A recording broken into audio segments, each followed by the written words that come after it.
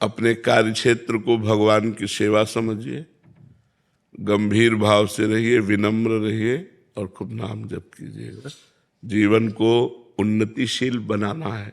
जब तक भगवान न मिल जाए तब तक हमारी यात्रा रुकनी नहीं है। लौकिक पारलौकिक सब क्षेत्रों को पार करते हुए एक बार ठाकुर जी के देखें, जिसके हम असली में हैं, एक बार भरनेत्र उसको तो भी देखें। अनंत जन्म व्यतीत हो गए इसी माया में भ्रमित होते हुए, न जाने किस किस को अपना बनाया, सब छूटते गए। एक बार जो अपना है उसको तो देखें, जो एक बार अपना असली पिता है, जिसने मुझे प्रकट किया है, जिसने मुझे बनाया है, एक बार उसको देखें। एक बार लालसा होनी चाहिए। सुनते हैं बड़े सुंदर हैं, यार एक बार तो देखना चाहिए ना, बड़े सुंदर हैं, देखने योग्य हैं, अपने हैं, प्यारे हैं। तो एक बार ये लक्ष्य बना लेना चाहिए कि आप चाहे जिस जन्म में मिलो, ये आपके ऊपर छूट है, लेकिन प्यारे अब मैं आपसे मिलना चाहता हूँ। आपने सब सुख देख दिए, दिखा दिए, अब हम मुझे नहीं चाहिए, अब मुझे आप चाहिए। और अगर आप चाहिए तो सारे सुख आपके चरणों में अपने आप आ जाएंगे। और आपसे विमुख होने पर, देखो हनुमान जी महाराज रावण से बोले कि तेरे पास सब कुछ है लेकिन विवेक नहीं। जिनके द्वारा तुझे सब कुछ मिला है उन्हीं की पत्नी का अपहरण करके तू सुख चाहता है। तो शंकर सहस विष्णु आज तो ही सकहि न राख राम कर द्रोही। हजारों शंकर हजारों विष्णु मिल जाएं तो भी तुझे भगवान राम से द्रोह करने के कारण तेरी रक्षा नहीं कर पाएंगे। और अंततो गत्वा बंदर उसकी खोपड़ी पे पैर मारते हैं। ये हाल देखकर मंदोदरी कहती है कि राम विमुख अस हाल तुम्हारा, रहा न को कुल रोवन यारा। आज जिस समय तू चलता था मैंने देखा है, दिशाओं के दिग्गज कांपते थे। आज वही रावण तेरी खोपड़ियों को बंदर लात मार रहे हैं। ये हालत भगवान से विमुख होने के कारण हुई। तो हम उन भगवान के सन्मुख हो, उन भगवान को प्राप्त करें तो मनुष्य जीवन की सफलता है। खूब आनंद पूर्वक रहो, मस्त रहो, भगवान के आश्रित रहो। आपके महाराज जी, आप हमारे हम सब श्री जी के हैं। हम एक छत्र के नीचे हैं, जिसका ये नीला छत्र है ना,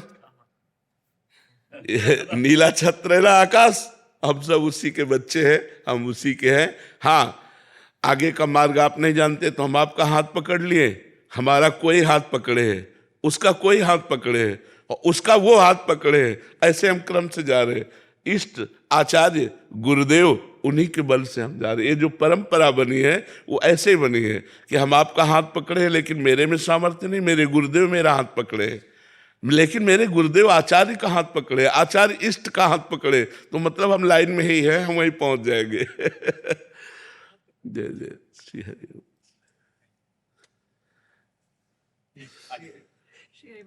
श्री हरि, खूब जाओ, मस्त रहो। अलका श्रीवास्तव जी। राधे राधे महाराज जी। महाराज जी, योग क्षेम मतलब जीवन यापन से जुड़े खर्च की चिंता बनी रहती है, इससे ऊपर उठने के लिए महाराज जी क्या करें? आप बताइए, आप दुख प्राप्ति की चाह करते हैं क्या? कोई स्वयं प्राप्त होता है ना, ऐसे सुख प्राप्त हो जाएगा जो आपके भाग्य में लिखा है। सुख और दुख के लिए आपको प्रयास नहीं करना, आपको प्रयास करना है सुख और दुख से परे परमानंद की प्राप्ति के लिए, भगवान की प्राप्ति के लिए।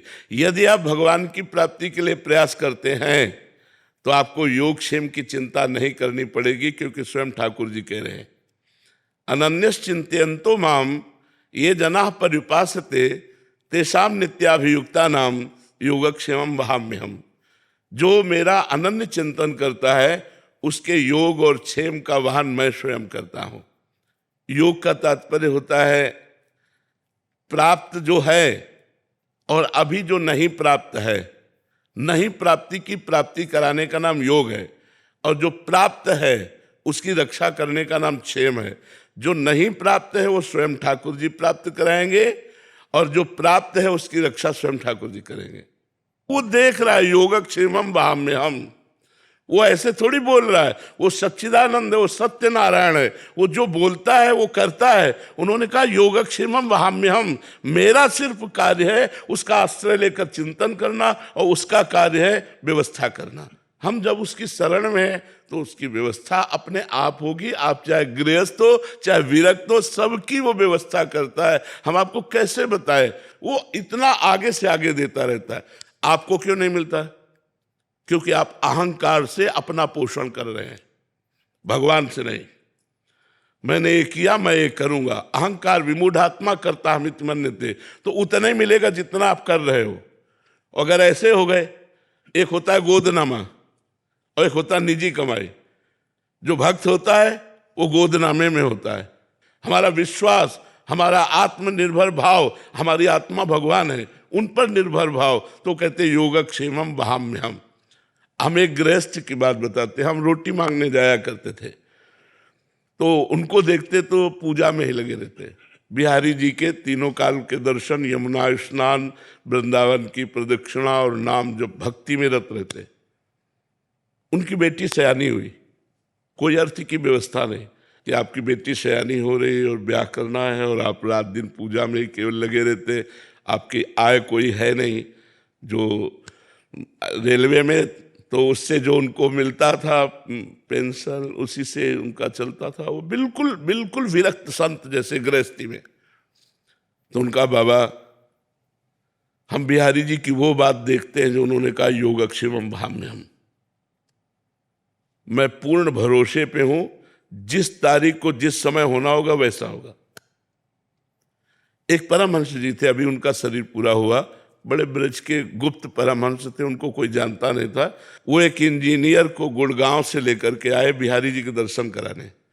तो वो उनके यहाँ पहुंचे, पहुंच कर कहा कि तुम्हारी बेटी ब्याह लायक है यार, ब्याह नहीं करोगे? तो उनका कोई संयोग बैठेगा तो देखेगा, हम तो बिहारी जी के ऊपर है। तो कहा ये इंजीनियर है, ठीक रहेगा?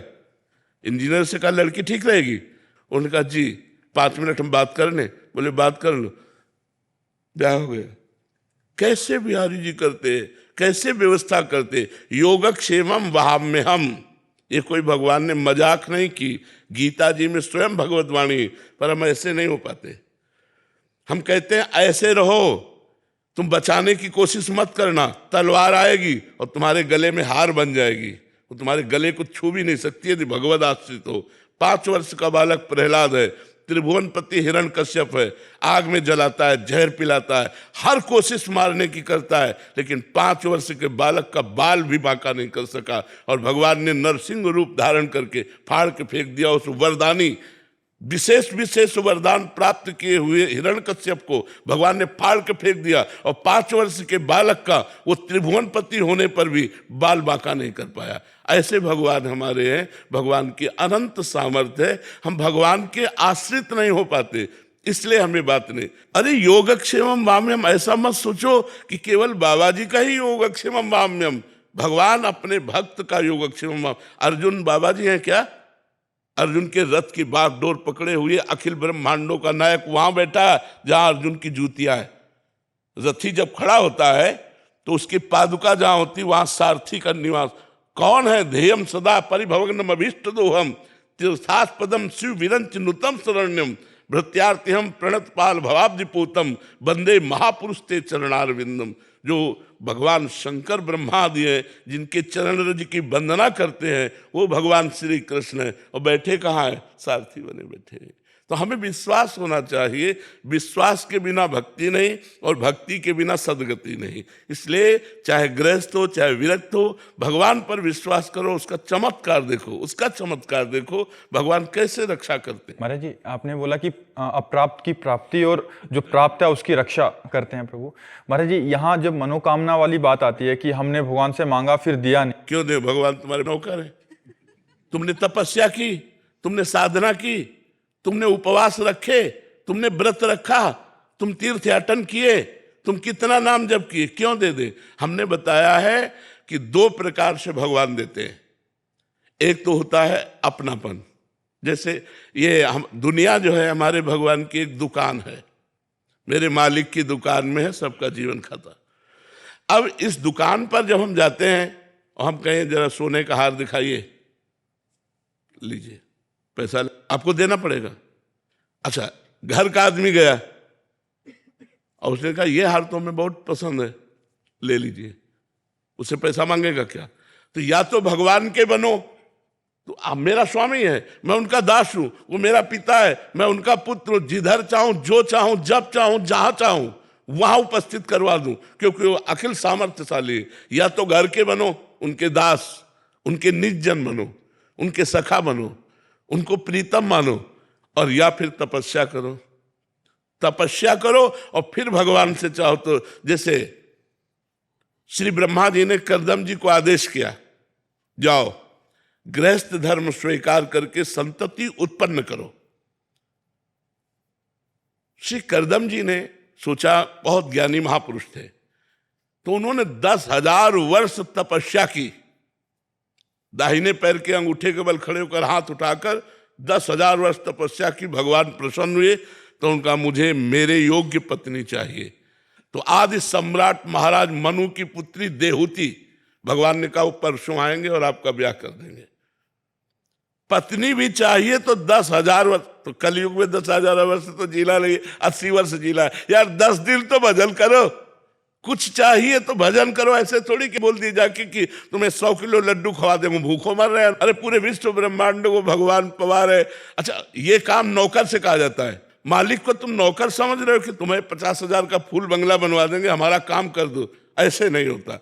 या तो इतनी तपस्या हो, आपका भजन हो, व्रत उपवास हो, तीर्थयाटन हो, तो मांगिए, अनुष्ठान कीजिए तो पूर्ति होगी। या आप भगवान के बन जाइए कि नाथ आप मेरे स्वामी हैं, मेरी ये आवश्यकता है, तो भगवान उस आवश्यकता की पूर्ति निश्चित करेंगे, निश्चित करेंगे। विश्वास कीजिए। अगर दो में से आपका कोई न तप है और न संबंध है तो ऐसे मांगने से नहीं मिलता। ऐसे मांगने से तो सब लोग मांगते रहते हैं भगवान से, ऐसे थोड़ी सुनते हैं भगवान। हमारी बात मान लो, भगवान को अपना मान लो। अपना मानने में क्या जाता है, वो तो अपने हैं ही। और फिर प्यार से उनसे बात करो, वो सुन रहे हैं, मान लो छवि के सामने ही आप ऐसा। हमने आज तक देखा है कि 1 सेकंड में हमें उत्तर मिला है, हमारे हृदय में ही 1 सेकंड में उत्तर आया। अगर हमने कोई प्रश्न किया अपने ठाकुर जी से, कोई बात की, एक तो ऐसे चांस ही नहीं आते। 1 सेकंड में निदान मिला है, 1 सेकंड में निदान मिला है। वो सुन रहे हैं, आप जहां से बोल रहे हो वहीं बैठे सुन रहे हैं। लेकिन आपका परिचय तो होना चाहिए। आपने परिचय तो संसार में किया, भगवान से परिचय किया नहीं। भगवान को केवल एक माना अपनी वासनाओं की पूर्ति का क्षेत्र, सो ऐसा नहीं है। वो भगवान है, बहुत चतुर है, बहुत खिलाड़ी है, ऐसे हाथ में आने वाले नहीं है।